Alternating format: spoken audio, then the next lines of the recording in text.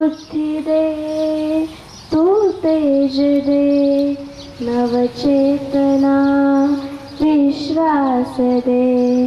तू बुद्धि दे तू तेज दे, नवचेतना विश्वास दे। हे सत्य सुंदर सर्वथा आजन्म त्याचा ध्यास दे। तू बुद्धि दे तू तेज दे, नवचेतना विश्वास दे। तू बुद्धि दे तू तेज दे, नवचेतना विश्वास दे। हे सत्य सुंदर सर्वथा आजन्म त्याचा ध्यास दे। तू बुद्धि दे तू तेज दे, नवचेतना विश्वास दे।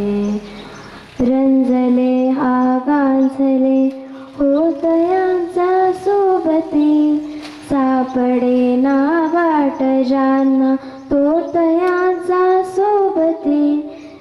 काकळे ना वाट ज्यांना तो तयांचा सारथी।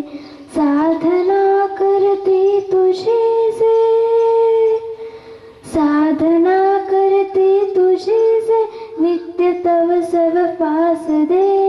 हे सत्य सुंदर सर्वथा आजन्म त्याचा ध्यास दे। तू बुद्धि दे तू तेज दे, नवचेतना विश्वास दे। आज या ठिकाणी आपल्या सर्वांचं भाग्य आहे, आई भगवतीच्या या प्रांगणामध्ये आज एक महाराष्ट्रातील प्रसिद्ध नेत्ररोग तज्ञ, वैद्यकीय क्षेत्रामध्ये ज्यांचं फार मोठं योगदान आहे, आणि याही पेक्षा ज्याचं महिलांच्या प्रश्नामध्ये, महिलांच्या सक्षमीकरणामध्ये, सबलीकरणामध्ये ज्यांचा फार मोठा वाटा आहे। विशेष म्हणजे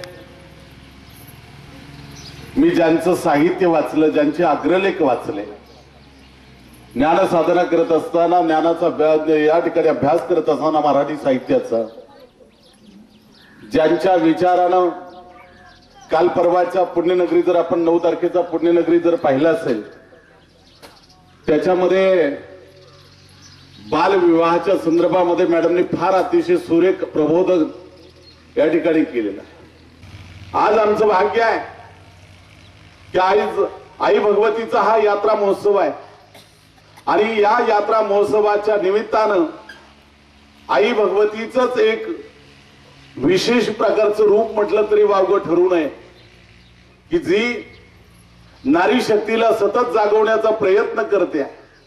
आज भ्रूण हत्या जर महाराष्ट्रामध्ये साऱ्यात मोठा कलंक, ज्या ज्ञानेश्वर महाराजांच्या, तुकाराम महाराजांच्या पुरोगामी विचारावर ज्या महाराष्ट्राची मुहूर्तमेढ रोवली गेली, त्या महाराष्ट्रामध्ये सुद्धा आज भ्रूण हत्या मोठ्या प्रमाणात होते आहे। आज स्त्रियांना दुर्बल समजलं जातं, आज स्त्रियांच्यावरती आण्विक छळ अत्याचार होतो, परंतु हा सर्व जी मानसिकता आहे, समाजाची मानसिकता बदलण्यासाठी आपल्या अतिशय व्यस्त असणाऱ्या वैद्यकीय व्यवसायातून सुद्धा आपला अमूल्य वेळ या ठिकाणी काढून समाजाच्या महिला भगिनींसाठी ज्या रणचंडीच्या रूपानं उभ्या राहिल्यात, अशा काही स्त्रिया आहेत।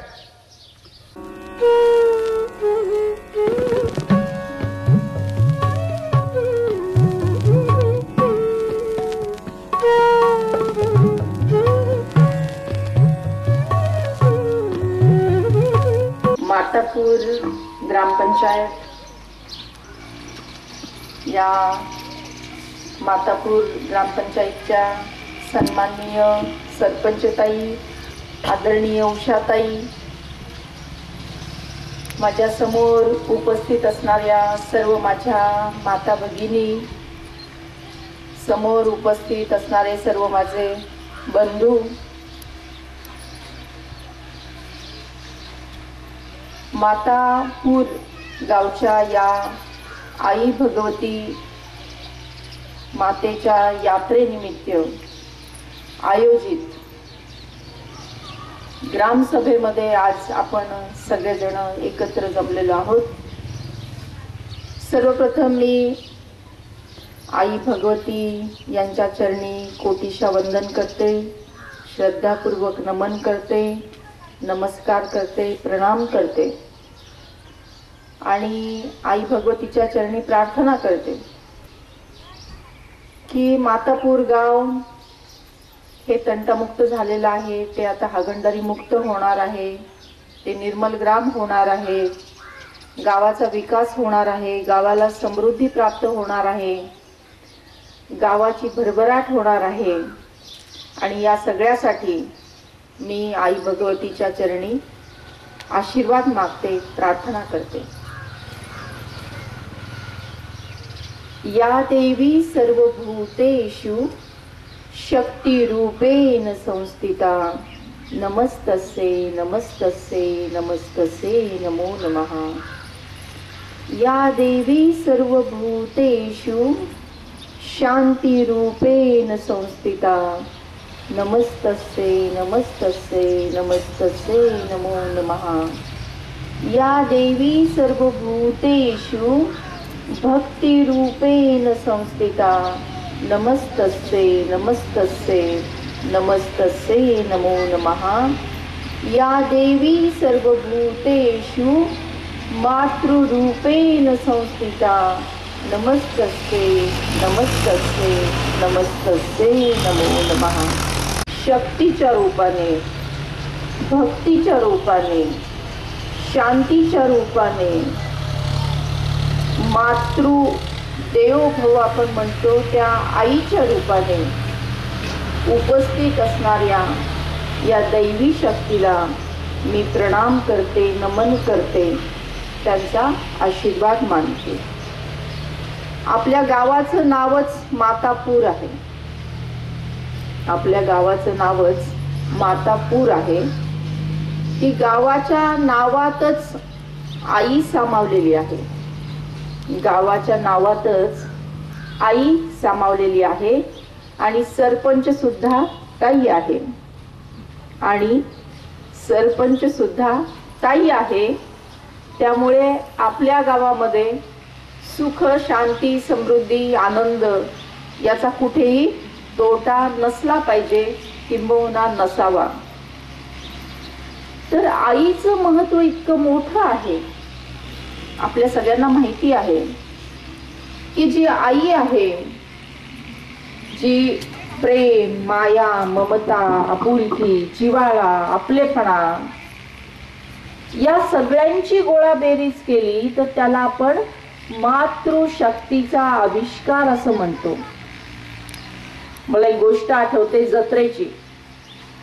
जसं आपल्या मातापूर गावाला आई भगवतीची जत्रा असते, तसंच एका गावामध्ये एक जत्रा असते आणि जत्रेमध्ये एक लहान मूल 5-1 वर्षाचं असेल, 5-5.5 वर्षाचं, आणि आई दोघं जण चाललेले असतात. तर ते लहान मूल म्हणतं, आई आई बघ ना, फुगा दिसतोय, मला फुगा घेऊन दे ना. तर आई म्हणते, ओके ठीक आहे, तुला आवडला का फुगा? कुठल्या रंगाचा फुगा पाहिजे तुला? आणि पिवळ्या रंगाचा फुगा पाहिजे. मग आई त्याला फुगा घेऊन देते. तो फुगा हातात घेतो. थोडस पुढे जातात. तो म्हणतो, आई आई बघ ना, पेढे दिसतात, मला पेढे दे ना. तर आई पाहते की पेढे उघडे आहेत, पेढ्यावर माशी बसलेली आहे. मग आई म्हणते, बाळा आपण ना घरी गेल्यानंतर पेढे खाऊ, आता नको पेढे खायला, तू पाहतो ना त्याच्यावर माशी बसलेली, चांगलं नसतंय, आपण घरी गेल्यानंतर दुसरे पेढे आणू, पेढे खाऊ. पण तरी तो मुलगा हट्ट करतो की नाही आई, मला तो पेढा पाहिजेच पाहिजेच पाहिजेच. पण आई म्हणते, नाही बाळा, आपण चल पुढे जाऊ, आणखी जत्रेमध्ये काय काय आहे पाहून. आणखी थोडस पुढे जातात तर तिथे खेळणी ठेवलेली असतात सगळी. मग मुलगा म्हणतो की आई आई तो बघ ना, तो बॉल दिसतो ना, तो बॉल दे ना मला. आई म्हणते ठीक आहे, तुला बॉल आवडला का, तुला मी बॉल देते. मग एक बॉल घेऊन दुसऱ्या हातामध्ये देते. मग अजून थोडेसे पुढे जातात मग त्याला तिथे पिपाणी दिसते, पिपाणी.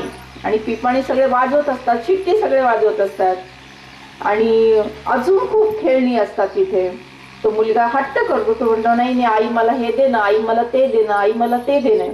मग आई म्हणते अरे बाळा, तुझ्या एका हातामध्ये फुगा आहे, एका हातामध्ये बॉल आहे, आता ठेवायला जागा आहे का, नाही. मग आपण हे सगळं नंतर घेऊ, नंतर पुढे घेऊ. पण तरी पण तो रडायला लागतो, हट्ट करायला लागतो की तो नाही नाही मला आई हे पाहिजे, मला ते पाहिजे, मला हवंच आहे हवंच आहे हवंच आहे. असं करता करता तो आईचा हात सोडून देतो. आणि जत्रेला खूप गर्दी असते, आई एकीकडे राहते, मुलगा एकीकडे राहतो आणि त्या गर्दीमध्ये ते दोघं एकमेकांपासून लांब होऊन जातात. मुलगा हरवतो, आई हरवते.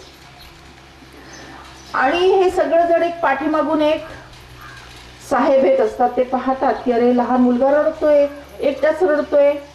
आणि त्यांनी हातातलं सगळं फेकून दिलं, बॉल फेकून दिला, फुगा फेकून दिला आणि रडतोय एकटा, आई आई म्हणतोय. मग ते साहेब त्याच्या जवळ जातात, ते म्हणतात अरे बाळा तू का रडतो.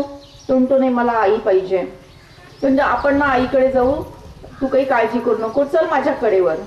तो म्हणतो नाही नाही मी कडेवर नाही येणार, मला आई पाहिजे. तरी पण ते जबरदस्तीने त्याला उचलून घेतात आणि मग ते पुढे पुढे जातात. त्याला नादी लावण्यासाठी म्हणतात एवढं पेढा दिसतोय की नाही, पेढा खायचा का तुला, पेढा घेऊ का.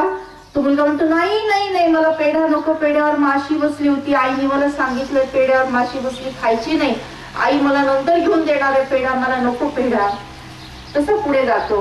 पिपाणी दिसते, मग पिपाणी घेऊन देतात. ते म्हणतात काका असतात, साहेब असतात सोबत, पिपाणी आपण घेऊ, किती छान वाजते, घे बरं तुझ्या हातामध्ये. तुझं नाही नाही नाही मला पिपाणी नको, मला आईच पाहिजे. अजून थोडे पुढे जातात, अजून वेगवेगळ्या वस्तू दिसतात, अजून वेगवेगळी खेळणी दिसतात, अजून वेगवेगळा खाऊ दिसतो. सगळीकडे सगळे साहेब ते विचारतात चल आपण हे घेऊ, ते घेऊ, ते घेऊ, ते घेऊ. पण मुलगा म्हणतो नाही मला हे नको, मला ते नको, मला पिपाणी नको, मला फुगा नको, मला बॉल नको, मला खायला नको, मला प्यायला नको, मला काही नको, मला फक्त फक्त फक्त आणि फक्त आईच पाहिजे. ही जत्रेची कहाणी. याच्यावरून असा बोध होतो की आई असेल तर सगळ्या वस्तूंना किंमत आहे आणि आईच नसेल तर कुठल्याही वस्तूला किंमत नाही. तसं या जगाचं झालेलं आहे की या जगाच्या पाठीवर मुलींची संख्या कमी कमी व्हायला लागलेली आहे. आणि सर्वात जास्त कमी झाली असेल तर ती भारतामध्ये झालेली आहे, चीन मध्ये झालेली आहे. एवढी कमी झाली आहे की आज जे काही आपण समाजाचं चित्र पाहतो, पेपर मधल्या बातम्या वाचतो, टीव्हीवरच्या न्यूज पाहतो, सगळीकडे काय दिसतंय, अन्याय झाला, अत्याचार झाले, दुराचार झाला, हे झालं ते झालं. म्हणजे इतक्या वाईट गोष्टी झाल्या की मला त्याचा उच्चार ही करावा वाटत नाही. तुम्ही सगळे समजू शकता इतक्या वाईट वाईट वाईट वाईट गोष्टी समाजामध्ये सगळ्या स्तरामध्ये होताना आपल्याला दिसत आहे. आणि याच्या मागचं मुख्य कारण काय, मध्यंतरी आपण खडबडून जागे झालो ते दिल्लीमध्ये झालेल्या घटनेमुळे. ती दिल्लीची घटना झाली, सगळ्या पेपर मधून सगळ्या टीव्ही मधून आली ना, आपण सगळे हादरून गेलो की काय हे असं कसं झालं. आणि त्यामागे एक समिती स्थापन करण्यात आली. त्या समितीने पूर्ण अभ्यास केला की समाजामध्ये जे हे चित्र जे उभं झालेलं आहे, चित्र जे निर्माण झालेलं आहे, याच्या पाठीमागे कारण काय. आणि त्या समितीने रिपोर्ट दिला की ह्या सगळ्यांच्या पाठीमागे मूळ कारण हे स्त्री भ्रूण हत्या आहे. आज मुलगी जन्माला आली नाही तर उद्याची आई निर्माण होणार आहे का? उद्याची आई निर्माण झाली नाही तर मुलाचा किंवा मुलीचा जन्म होणार आहे का? मुलाचा किंवा मुलीचा जन्म झाला नाही तर माणूस निर्माण होणार आहे का? मग जिथे माणूसच नाही, एवढा मोठा भारत देश पण माणूसच नाही, एवढं मोठं जग, एवढी मोठी पृथ्वी, एवढी मोठी सृष्टी पण माणूसच नाही, राहील का जग? राहील का देश आपला? राहील का समाज आपला? नाही. मग जगबुडी जे काही म्हणतात ते याच्यापेक्षा काही वेगळं असणार आहे का? याला जगबुडी म्हटलं गेलेलं आहे आणि जग लवकर बुडणार आहे असं अनेक लोकांनी सांगून ठेवलेलं आहे. त्याच्या मागचं कारण काय? हेच कारण आहे की अवघी मानव जात संपत चाललेली आहे आणि आपण वेळीच जागे झालो नाही तर ह्या जगबुडीला आपण कारणीभूत ठरणार आहोत. म्हणून आता आपल्याला वेळीच जागा होणं आवश्यक आहे. आज जगाची लोकसंख्या किती आहे? 700 कोटी लोकसंख्या जगाची आहे. या 700 कोटी लोकांनी ठरवलं पाहिजे की प्रत्येक मुलीच्या जन्माचं स्वागत झालं पाहिजे, सगळ्या स्त्री भ्रूण हत्या थांबल्या पाहिजे. एकीकडे आपण देवीचा उत्सव करतो, नवरात्रीचा उत्सव करतो, देवीला श्रद्धा सुमन वाहत असताना त्यांची यात्रा करतो आणि दुसरीकडे मात्र गर्भात असलेल्या चिमुकलीला जन्माला येण्यापूर्वीच मारून टाकतो. काय गुन्हा केलेला आहे त्यांनी? काय दोष आहे त्यांचा? जी इवलीशी आहे, नाजूकशी आहे, कोमलशी आहे, तिचा काही दोष नाही, तिने काही गुन्हा केलेला नाही, अशा या चिमुकलीला जन्माला येण्यापूर्वीच मारून टाकायचं? एवढं मोठं महापाप शास्त्रामध्ये सुद्धा सांगितलेलं आहे की हे एवढं मोठं महापाप आहे की हे कुठल्याही व्रत वैकल्याने आणि कुठल्याही क्षमतेच्या पलीकडे जाऊन तुम्ही काही करा त्याच्याने ते धुवून निघणार नाहीये. पश्चाताप करून उपयोग नाही, उपास तपास करून उपयोग नाही, व्रत वैकल्य करून उपयोग नाही, जत्रा यात्रा करून उपयोग नाही, कशानेही हे पाप धुतलं जाणार नाही. असं ब्रह्मसत्य हे सगळ्या शास्त्रामध्ये लिहून ठेवलेले. सगळी शास्त्र उघडा, अभ्यास करा. प्रत्येक शास्त्रामध्ये हेच लिहिलेलं आहे की जिथे जिथे कन्या भ्रूण हत्या होतीये, जिथे जिथे स्त्री भ्रूण हत्या होतीये, जिथे जिथे माता भ्रूण हत्या होतीये, याला जगाच्या पाठीवर त्रिलोकात, केवळ पृथ्वीवर नाही, त्रिलोकात याला माफी नाही. याला शिक्षा, प्रचंड मोठी शिक्षा, 21 जन्माची शिक्षा भोगावं लागेल. एका जन्माची नाही, 21 जन्माची शिक्षा भोगावी लागेल.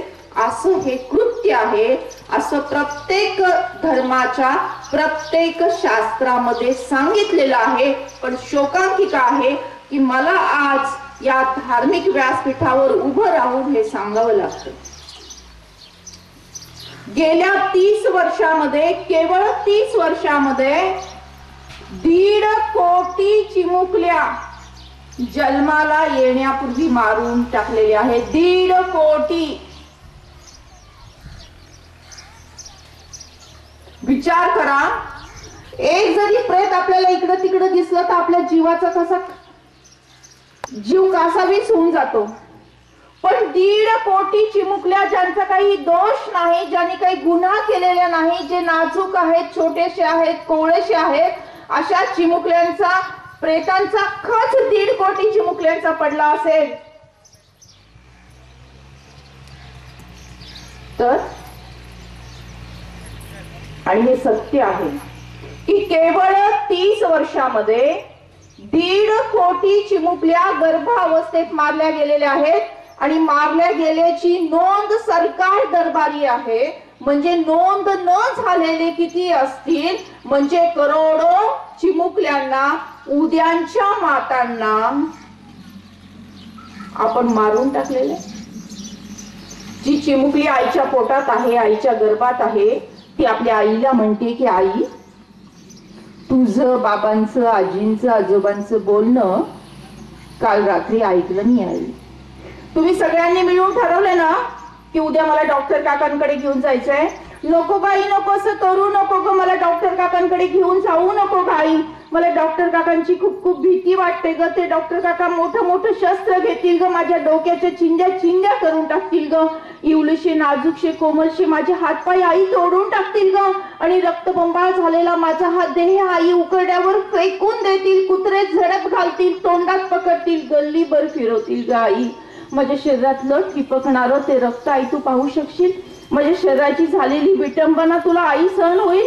नाही आई नाही, तू हे सहन करू शकणार नाही ग आई, तुला हे सहन होणार नाही ग, तू हे पाहू शकणार नाही ग. नको आई नको, असं करू नको ग, मी तुला कसलाही त्रास देणार नाही, कुठलाही हट्ट मी करणार नाही ग.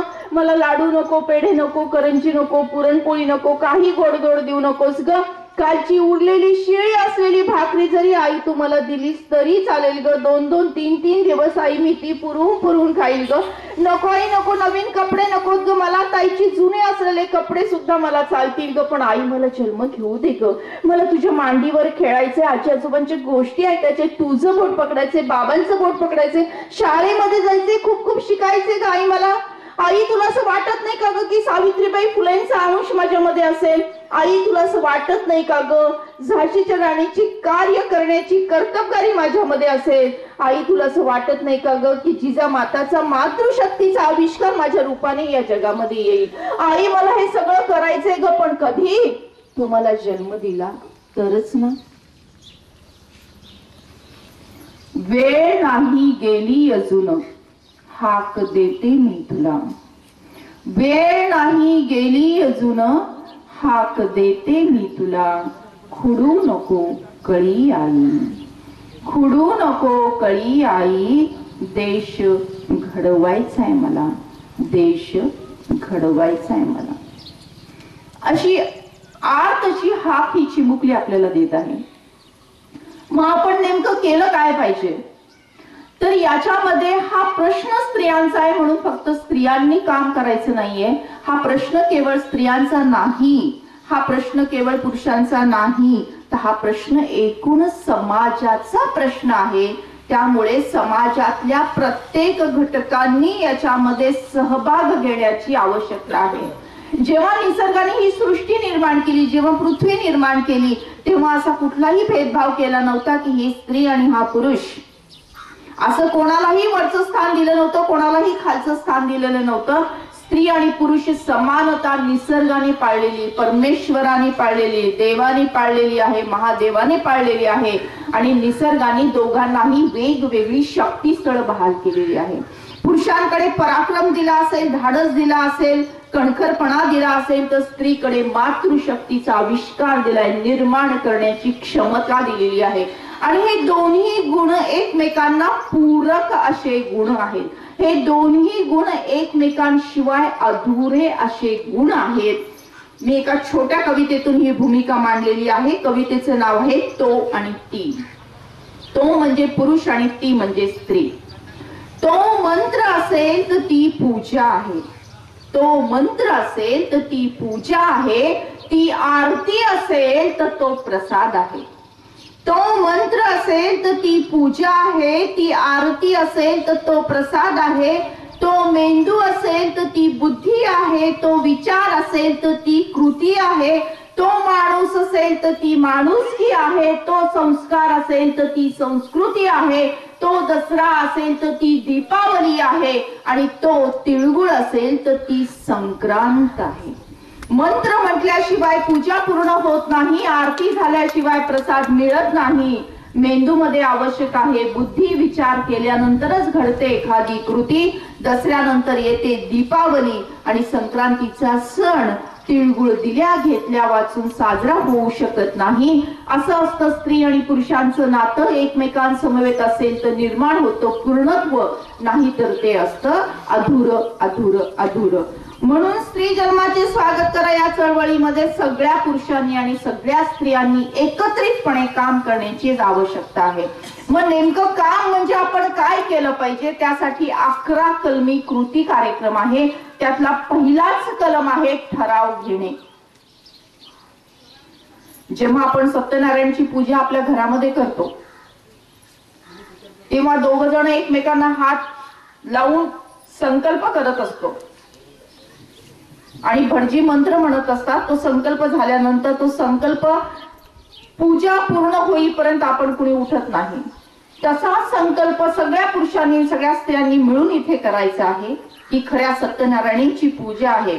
आणि हा संकल्प की जोपर्यंत मुलींची संख्या वाढत नाही, जोपर्यंत स्त्री भ्रूण हत्या थांबत नाही, होणं थांबत नाही, तोपर्यंत सगळ्यांनी एकत्रितपणे काम करणं आवश्यक आहे.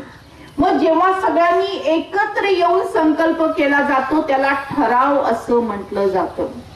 मग आज आपण आपल्या गावातल्या आई भगवतीच्या यात्रेनिमित्त जमलेल्या सगळ्या ग्रामस्थांच्या ग्रामसभेमध्ये एक सगळ्यांनी मिळून केलेला हा संकल्प, हा सुविचार, हा ठराव घेणं आवश्यक आहे की आमच्या गावामध्ये एकही स्त्री भ्रूण हत्या होणार नाही.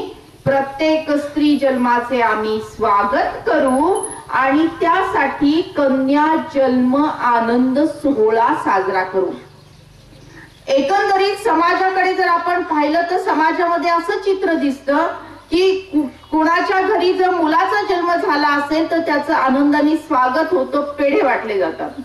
पण एखाद्याच्या घरी जर मुलीचा जन्म झाला तर ते घरदार सगळं उदास होतं, समाज सुद्धा त्यांच्याकडे चांगल्या नजरेने पाहत नाही. तर हा जो काही उदासपणा आहे, हा जो निराशपणा आहे, तो आपल्याला काढून टाकायचा आहे आणि त्या जागी आनंदाची पेरणी आपल्याला करायची आहे. आणि ही आनंदाची पेरणी करत असताना एकट्या त्या कुटुंबापुरतं तो आनंद सीमित न ठेवता सगळ्या गावामध्ये तो आनंद पसरला पाहिजे, आनंद उत्सव साजरा झाला पाहिजे.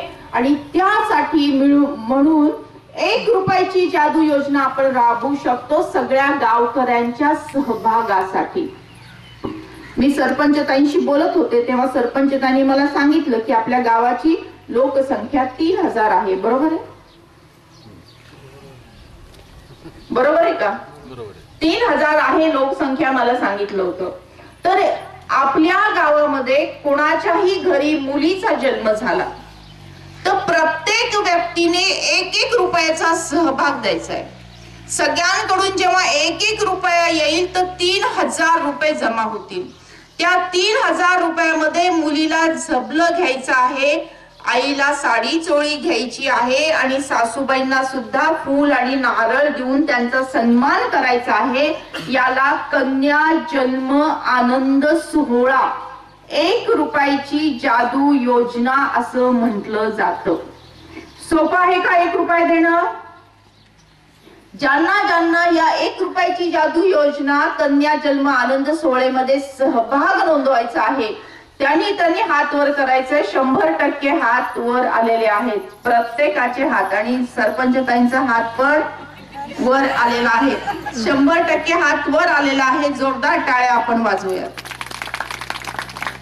म्हणजे आई भगवती जत्रा ही भरत आहे. दरवर्षी आई भगवतीची जत्रा इथे भरते.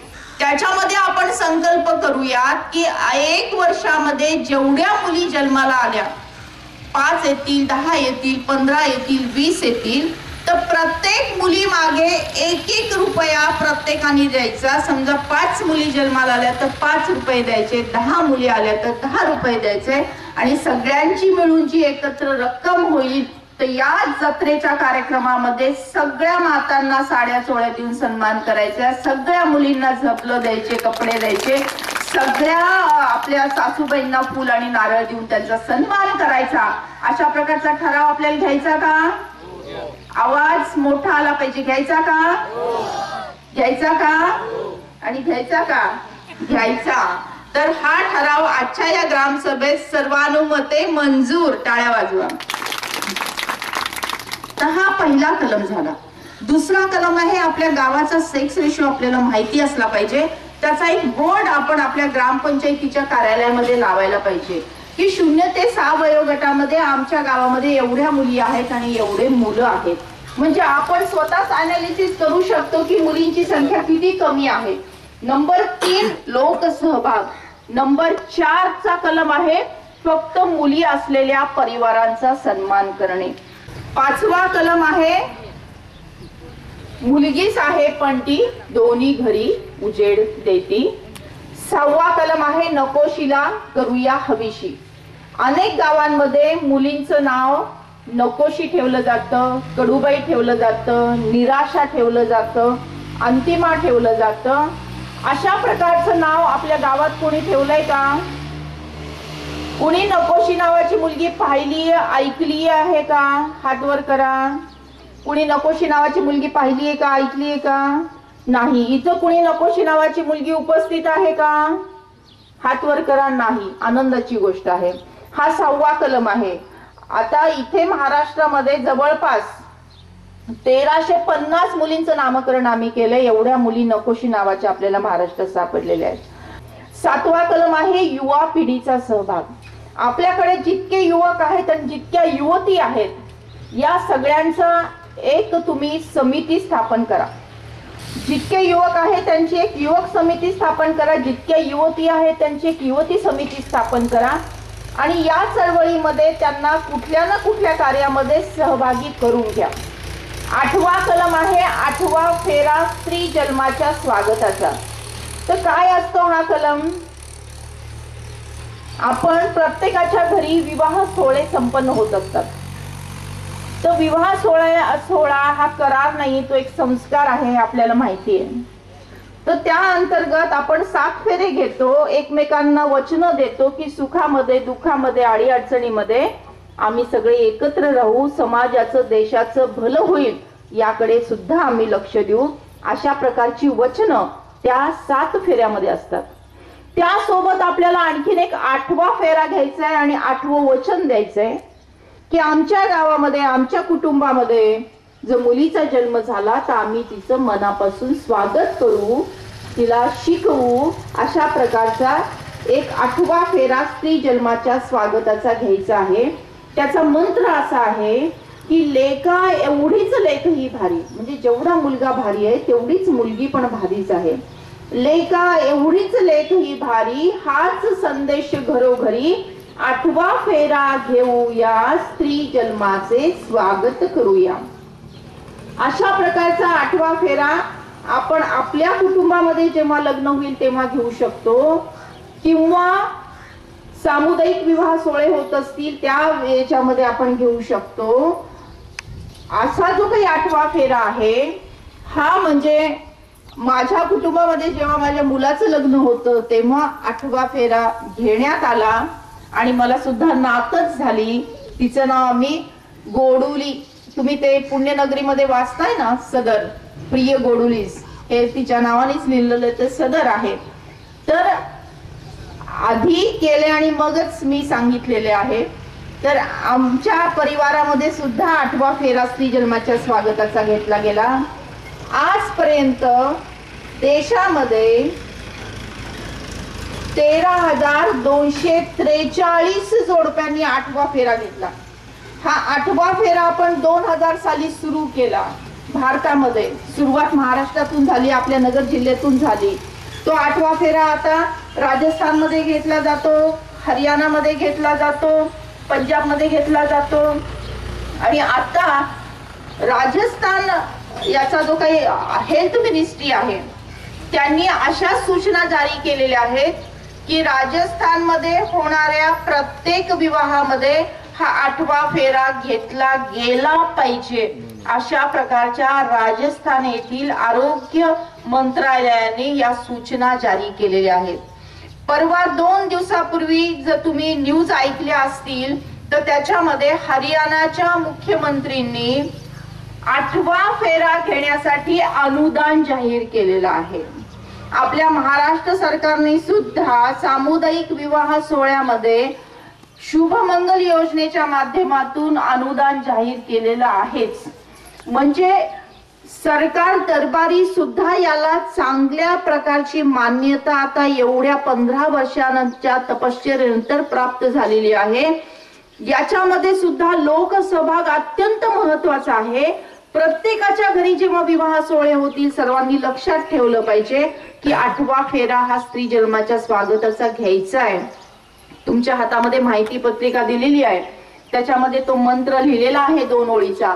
तर तो मंत्र हा निमंत्रण पत्रिकेमध्ये छापायचा आहे, बॅनर करून मंडपामध्ये लावायचा आहे आणि जेव्हा 7 फेरे होतील तर 8वा फेरा हा पंडितजींना सांगून तो 8वा फेरा सुद्धा घ्यायचा आहे. तर अशा प्रकारचा हा 8वा फेरा स्त्री जन्माच्या स्वागताचा हा 8वा कलम आहे. 9वा कलम आहे ANC ट्रॅकिंग, म्हणजे गरोदर मातांच्या आरोग्याची काळजी घ्यायला पाहिजे.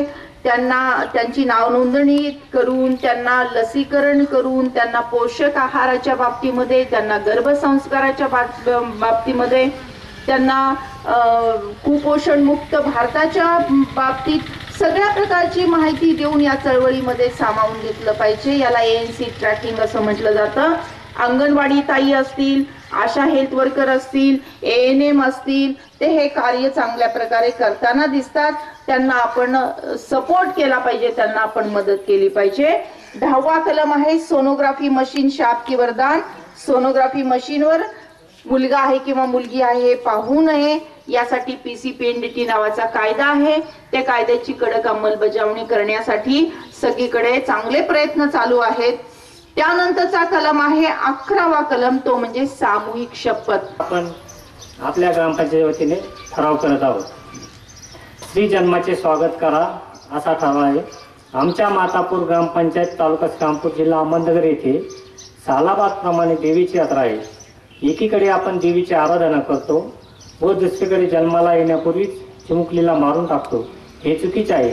हे सर्व थांबवण्यासाठी व प्रबोधन होऊन स्त्री जन्माचे स्वागत घरोघरी होण्यासाठी आम्ही स्त्री जन्माचे स्वागत करा बेटी बचाओ या चळवळीच्या राष्ट्रीय प्रणेत्या डॉक्टर सुधा कांकरे यांना निमंत्रित केले आहे. त्यांनी 11 कलमी कृती कार्यक्रम समजावून सांगितला. या यात्रेनिमित्त आयोजित या ग्रामसभेत आम्ही खालील ठराव घेत आहोत. आमच्या गावातील कुटुंबियांच्या परिवारामध्ये एकही स्त्री भ्रूण हत्या होणार नाही याची आम्ही पुरेपूर खबरदारी घेऊ. प्रत्येक नवजात बालकेचे स्वागत कन्या जन्म आनंद सोहळ्याने करू.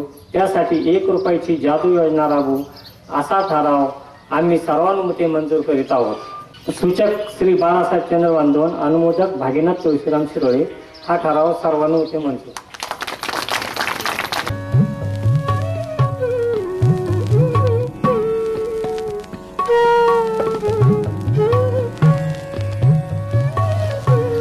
सगळ्यांचे डोळे बंद आहेत. बंद डोळ्यांसमोर भारत मातेचं चित्र आपण आणलेलं आहे आणि माझ्या पाठीमागे कृपया उंच आवाजामध्ये ही शपथ आपल्याला घ्यायची आहे. भारत माझा देश आहे. सारे भारतीय माझे बांधव आहेत.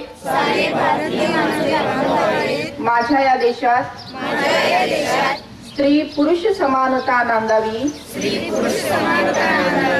यासाठी मी सदैव प्रयत्न करेन. स्त्री एक महान शक्ती आहे. ती अनंत काळची माता आहे. मुलगा वंशाचा दिवा असेल तर मुलगी वंशाची पणती आहे. तिचा आदर सन्मान मनापासून करणे हे माझे कर्तव्य आहे. मी हुंडा देणार नाही. मी हुंडा घेणार नाही. मी स्त्री भ्रूण हत्या करणार नाही. करू देणार नाही. मी स्त्री जन्माचे स्वागत करेन. त्याविषयी जनजागृती करेन. अशी शपथ सर्वांच्या साक्षीने आम्ही घेत आहोत. हात खाली घ्यायचा आहे. गावात यात्रेच्या निमित्ताने हा जो चांगला कार्यक्रम ठेवला ग्रामस्थांनी, सरपंच गावाच्या वतीनं, कांकरियाताई मॅडम यांनी जे अनमोल आपल्याला ज्ञान दिलं त्या ज्ञानाचा सर्वांनी आपल्या जीवनात उपयोग करावा आणि त्या ज्ञानाच्या वाटचालीवरच आपण सर्वांनी वाटचाल करावी. कोणी मुलाची आशा धरू नये. मुलं तर खरं मुलं हे मुलंच असतात. ते काही आपल्या जीवनात आपलं काही सार्थक करत नाही. मुलगी असता मुलापेक्षा मुलगी बरी, प्रकाश देते दोन्ही घरी. मुलाचा हट्ट कोणी करू नये. मुलगी जरी असली, मुलगी सुद्धा दोन्ही घरी प्रकाश देते. मुलगा तर एकच आहे. मुलासाठी आपल्याला आयुष्यभर रखडत बसावं लागतं. मुलगी एकदा ती लग्न करून दिलं, तिच्या घरी गेली, ती आई वडिलांचा पण कुळाचा उद्धार करते आणि सासरच्या घरचा सुद्धा ती उद्धार करते. ती जर सासरी चांगली नांदत असली तर कोणी पण विचारतं हिचं माहेर कुठलं आहे म्हणून. कारण मग आपल्याच माहेरचं नाव निघतं ना. आई वडिलांचं नाव ती उज्ज्वल करते आणि सासू सासऱ्यांचं उज्ज्वल करते. तर मुलाचा हट्ट कोणी करू नये. सर्वांनी, मी म्हणत नाही मुला जन्माला येऊ नये असं आहे माझं म्हणणं नाही. प्रकृती पुरुषापासून या जगाची उत्पत्ती होणार नाही, ते बी इतकं सत्य आहे. पण तरी सुद्धा मुलांचा हट्ट फारच सगळ्या लोकांचा असतो. त्यांनी मुलाचा हट्ट करू नये. मुलीला पण तेवढंच प्रेम द्यावं आणि मुलाला तेवढंच द्यावं. कांगरियाताईंनी खूप छान असे वक्तृत्व या ठिकाणी आपल्यासमोर सादर केलेले आहे. कांगरियाताईंना सर्वप्रथम मी नमस्कार करते. जे का रंजले गांजले त्यासी म्हणे जो आपुले, जे का रंजले गांजले त्यासी म्हणे जो आपुले, तोची साधू ओळखावा देव तेथेची जाणावा, असं म्हणून कांगरियाताईंना मी साष्टांग नमस्कार करते.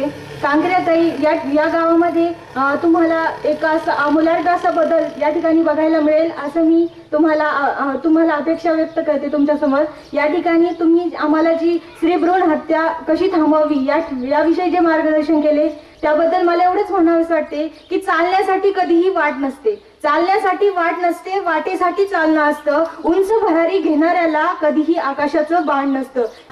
आज मी एवढ्या समोर सांगतो की मी माझ्या मुलाचा ओढा घेणार नाही आणि मुलगी आहे पुढच्याची तयारी असली तर तिचा पण देणार नाही, एवढं सांगतो. आपण जी गावाकडून जी अपेक्षा व्यक्त केली 1 रुपयाची जादू, तर पुढच्या यात्रेपर्यंत जेवढ्या गावात मुली जन्माला येतील तेवढ्यांच्या जे आपण 1 रुपयाच्या जादूची जी आम्हाला योजना सांगितली आहे, जर आमच्या गावाच्या नशिबात परत तुमचं योग जर असेल तर पुढच्या यात्रेला याच प्रांगणात आपल्या हस्ते त्या कार्यक्रमाचं वितरण करून कार्यक्रम पूर्ण करून जेवढ्या वर्षभरात मुली होतील तेवढ्यांचे कार्यक्रम आपण तुमच्या हस्तेच परत पुढच्या वर्षी पण याच प्रांगणामध्ये पूर्ण करू.